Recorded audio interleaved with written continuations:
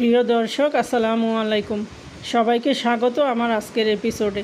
আমি আজকে আপনাদেরকে বাদাম আর কাঁচামরিচ দিয়ে খুব লোভনীয় স্বাদের একটা ভর্তা তৈরি করে দেখাবো কিভাবে খুব অল্প সময়ে এবং সহজভাবে আপনারা বাসায় এই রেসিপিটা তৈরি করতে পারেন।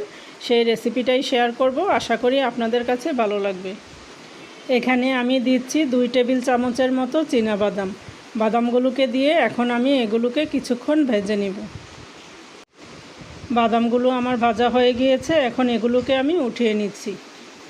এখন এখানে আমি দিচ্ছি কিছু কাঁচামরিচ, ছোটো সাইজের, জাল কম এরকম দেখে আমি 50 গ্রামের মতো কাঁচামরিচ নিয়েছি। এখন এগুলোকেও আমি ভালো করে ভেজে নিব। এইখানে আমি কোনো তেল দেইনি, শুকনো ফ্রাই প্যানে আমি মরিচগুলোকে ভেজে নিয়েছি। এখন এর মধ্যে আমি দিব অল্প একটু সরিষার তেল, আর দিচ্ছি 3টা পেঁয়াজ কুচি আর বড় সাইজের একটা রসুন কুচি। এখন সব কিছুকে আমি ভালো করে ভেজে নিব।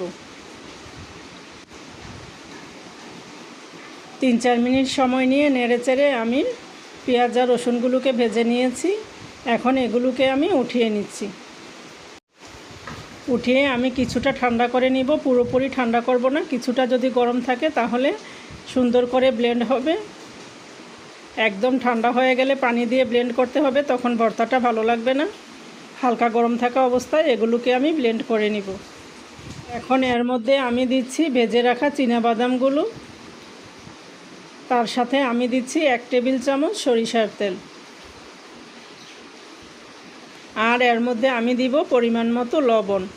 এখন সব কিছুকে আমি ব্লেন্ড করে নিব। একদম মিহি করে ফেলবো না, কিছুটা দানা দানা রাখবো, তাহলে বাদামগুলো মুখের মধ্যে পড়লে খেতে ভালো লাগবে। দেখতে পাচ্ছেন আমি এইভাবে ব্লেন্ড করে নিয়েছি। দেখতেই পাচ্ছেন একদম জিভে জল আনা একটা রেসিপি। এই ভর্তাটা থাকলে এর সাথে আর কোনো কিছুরই প্রয়োজন নেই।